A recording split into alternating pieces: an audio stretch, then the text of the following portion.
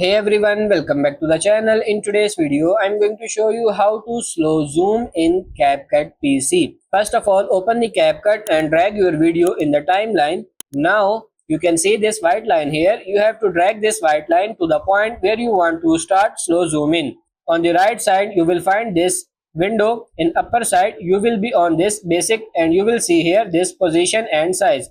If you click on this dot, it will add a keyframe on your starting point. If I click on that, you can see here it added a keyframe at this point. Now you have to drag this white line to the point where you want to end this slow zoom in effect. I want to end this slow zoom in effect at this point.